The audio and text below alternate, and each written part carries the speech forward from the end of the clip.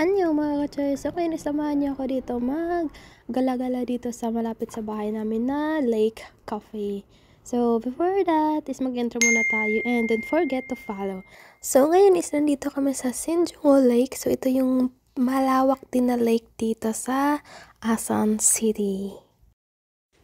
Kung gusto mo ikutin tong buong lake is mga malapit din sa 1 oras pag mabilis ka maglakad.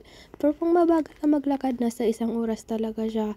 Kasi medyo malaki-laki talaga itong lake na to. Tapos sobrang ganda, ma-fresh talaga yung utak mo dahil ang ganda ng paligid, lalo na ngayong spring. And yeah, in-enjoy lang yung sarili namin. So yung iba naman, sana wag kayong mag-comment na hala, yung asawa ng Korean, sige lang, enjoy sila palagi. Alam niyo yung pahinga namin is lalabas ng bahay. Yung ganito, hindi yun palagi buhay namin is gala-gala.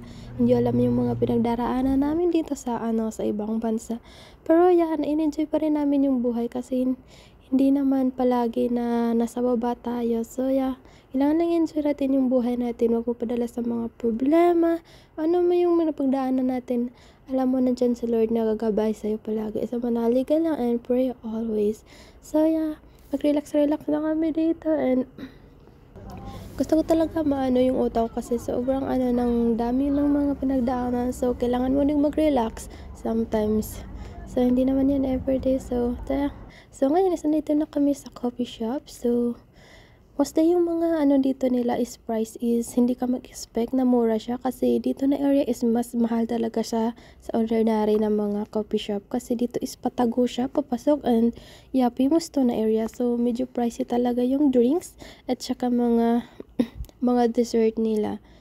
But yeah, ma-enjoy mo pa rin yung paligid kasi maganda yung view and yung cafe is sobrang aesthetic.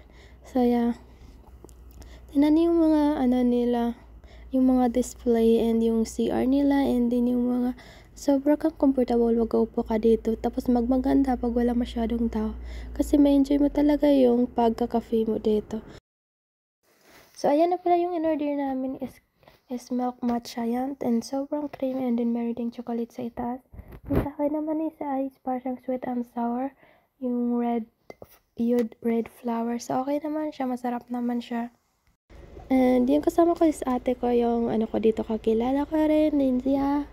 Ako yung single, siya yung may dalawa na yung baby niya. So, kami talaga palagi yung nagbabanding. So, yung kapahingahan namin isa yun lang, lalabas lang kami mag-coffee shop at saka mag-gala-gala saglit. Hindi yun naman whole day na nandyan kami sa labas kasi meron din silang sunduin na bata and meron din silang ihatid na bata. So, yeah, yung kapahingahan namin is papunta lang sa coffee shop at saka mag-coffee and talk about life. So, hindi kami dyan maano sa mga chismisan. So, nagpo-focus kami sa buhay namin. So, ayan lang guys for today's video. Thank you so much.